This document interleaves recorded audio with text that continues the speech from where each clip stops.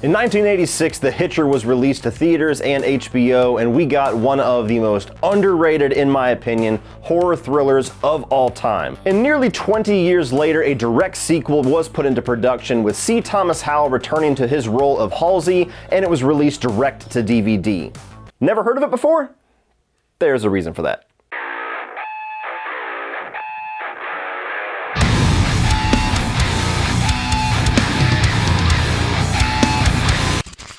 What's up, everybody, and welcome to my review of The Hitcher II, I've Been Waiting.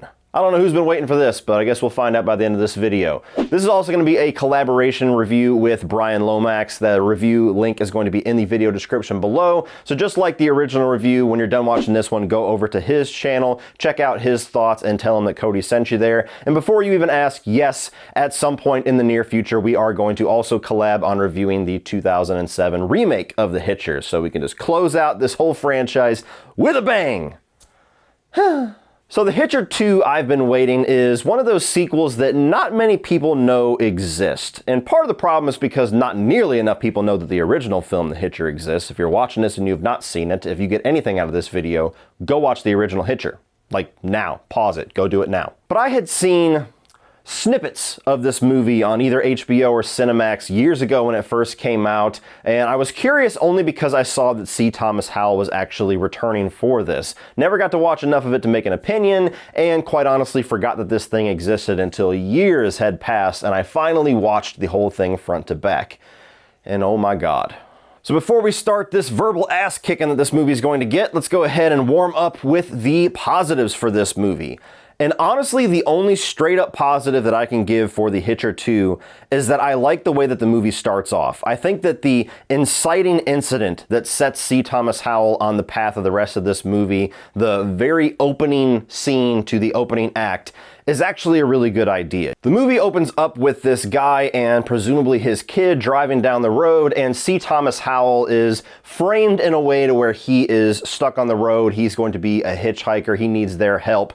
And it very quickly is making you believe that he is going to kill this guy or kill this kid or kidnap the kid or do something very evil. So right off the bat, you're thinking, oh wow, the events of the first film has now sent him off the deep end, and now he's the new Hitcher. And while that's not necessarily my interpretation of the events of the first film, there are a healthy amount of people that think that that's what the ending of the movie is alluding to, so fair enough, we'll see what they can do with this. And then very quickly they switch it on its head, and the guy in the car who is presumed to be innocent is actually the psychopath, and C. Thomas Howell is a cop trying to save this kid, and so he just guns the guy down in cold blood. And so right away, a really interesting and I think a pretty effective little switcheroo there as far as your expectations of this film, and it also, even though it was a bit of a fake out, sets C. Thomas Howell's character on an interesting path in and of itself, because he's immediately kind of kicked off of the force or suspended off the force for continuing to have this violent streak and just taking people out and being a little too trigger heavy, and so you still get a flavor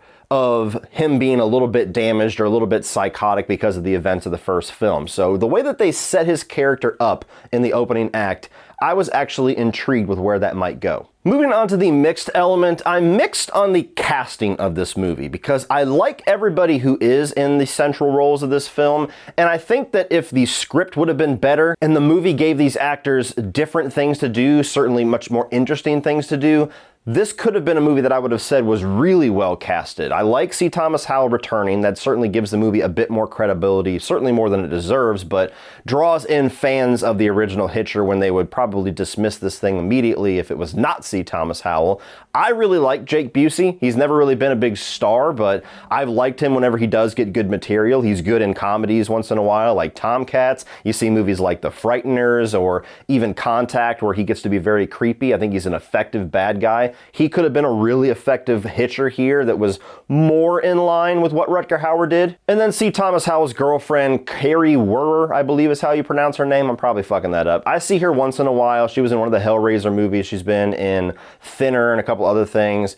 I like her when she does pop up. She's not like an outstanding actress, but she's a good actress, and I think that she usually pulls off the material well, even though the movies that I've seen her in doesn't give her a ton to work with. But as I've hinted at throughout that entire thing, they could have been a good cast. They should have been a good cast, but the writing completely lets all of them down to where they almost feel miscast because of the way that their characters are written. And we'll just slide right into the negatives and continue on with that thought, because Jake Busey is completely let down by this script. This is a guy that I think could have been good at doing a very similar type of villainous role that Rutger Hauer gave, somebody that's a little bit more subdued, somebody that just has a creepy look to him, but also has a little bit of weird charm that you can't put your finger on. But instead, they turn his character up to 11. They make him really over the top. He's almost borderline comedic at times. And as a result of that, he's not a very effective villain, because you never really take him seriously as a Hitcher, as a continuation of that first film. Even if he's a completely different character, which this movie definitively says, and we will get into that, they completely lose what was effective about the Hitcher in the first place with the material that they give Jake Busey to work with and the direction that they gave him. C. Thomas Howell is certainly one of the better things going for this movie, just because he immediately kind of elicits that nostalgia and that connection that those of us that love the original film have with the character of Halsey. But let's be honest, his acting level is just not that great in this movie. It's been years since he was really like a really big star in the 80s, and for some reason, his performance almost feels more forced. It almost feels like he's overdoing it as Halsey. I don't know if it's because he's meant to be a little bit more psychotic or what, but everything about his character in the original film felt so natural and felt so realistic, and it was one of C. Thomas Howell's, if not his best performance, in my opinion. And so you carry that over, he's playing the same character, but he doesn't feel like the same character because he's just overdoing it so much. As can be expected with a film that went direct to DVD, unfortunately this looks extremely cheap, it looks extremely low budget, the production value is very generic, the cinematography is very generic, even like the weird tropey sky transitions that they use just kind of scream TV movie. There's just nothing about this that feels like the budget was put to good use. I mean, the first film is not a huge budget. That shouldn't take a ton of movie to make a really great, effective Hitcher movie. You don't need a ton of special effects or a lot of fancy stuff to make the story effective, but whatever amount of money they put into this, you don't really see where it went. Maybe it all went to C. Thomas Howell to get him back. But the biggest overall negative that this movie has, that has multi-layers to why it bothers me so much, is that this sequel destroys and completely misses everything that made the first film effective and such a classic. One of the most effective and memorable things about Rutger Hauer's character in the first film is how mysterious that he is, and how you can't quite put your finger on who or what that he is. And there's even an interpretation out there that he was supernatural the entire time. He was just like the desert personified. And they could have even carried that through with this character of Jake Busey. And again, I will get into my issues with that, but the way that they show his character doing everything and wearing disguises and showing him setting things up and just focusing way too much on all of the buildup of his character, instead of just making him pop up like the Winter Soldier and pop up like a shadow just out of the fucking wind like it was supposed to be in the first place, it just kills any intimidation factor, it kills any effectiveness, and it kills any stylistic through line that we could have had to that first film. Subtlety, creativity, making your mind work. That's why the first film is so effective. This film loses all of that. It's all just tell, don't show. Let me just do everything. Let me show you all the plan. Let me show you everything that Jake Busey is doing. Let me kill any mysterious or supernatural element to him whatsoever. He's just a random fucking guy. Isn't that interesting? No, it's not. And if you were gonna make a sequel, and you're going to give it the subtitle especially of I've Been Waiting, and there's the first half of this film, C. Thomas Howell swears that Jake Busey is the same guy. This is John Ryder, like reincarnated, or his spirit is in somebody else. I don't necessarily like giving definitive answers to how mysterious and how open to interpretation the first film is, but if you're gonna do it, that is the more interesting route to go, that this is the same guy. He's been waiting for Jim Halsey to come back through this highway. He's been waiting for years to finally finish what he started in that original film.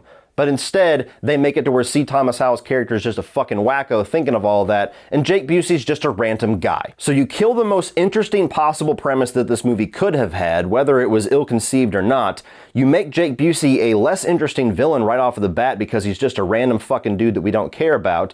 And then you also take any coherence whatsoever out of the plausibility of how the fuck this guy is here, why he just took out Captain Estridge, why he has this hard-on for Halsey, and then eventually his girlfriend. You make all of that make zero fucking sense whatsoever by making him just some random dude that by happenstance takes over the one fucking guy that had the worst Hitcher experience known to goddamn man in 1986. And if all of that was not bad enough, they make the dumbest fucking decision that they could have made with the script and the characters that they had in this movie by killing off C. Thomas Howell halfway through this movie. And I'm not even gonna bother with a spoiler alert. Fuck you if you say it in the comments. This movie does not deserve the title of spoiler alert. I just saved you time and energy. Thank me. So we get Halsey back after all of this, after everything that he endured in that first movie, that we were all cheering for him to finally triumph over John Ryder, which he fucking did.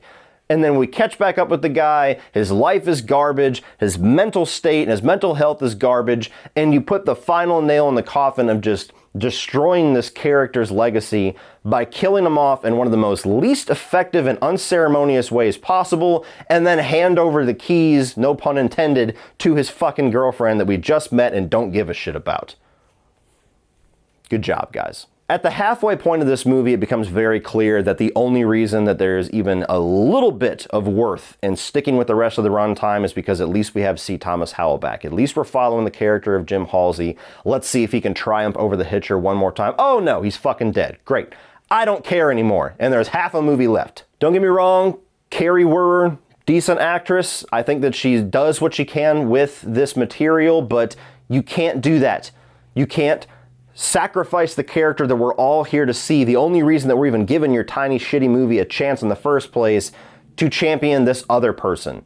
And it's really weird in hindsight because it almost seems like the Hitcher 2007 remake took notes from this movie more than it took notes from the original film. But we'll get into that when we get into that. I have no idea why this movie exists. I have no idea who the hell thought it was a good idea to make a sequel to The Hitcher. I have no idea why the hell C. Thomas Howell even came back for this. I would actually be relieved if I saw an interview with him and he was like, yeah, I just needed a paycheck. I needed to like fucking buy a boat or pay off a house payment or something, so I just did it. Sue me. I would at least respect that, but for as much as he loved the original film and as much as he has continued to talk in such high praise of the legacy of that original film, I don't know why the fuck he put his face and his name on this piece of garbage. And I implore all of you, whether you are a fan of the original Hitcher or you have never heard of the original Hitcher, please do not do what I did and give $3 to this movie to rent it, to watch it, because there's just nothing here. There's no reason to watch this whatsoever. My review is more entertaining than the movie itself.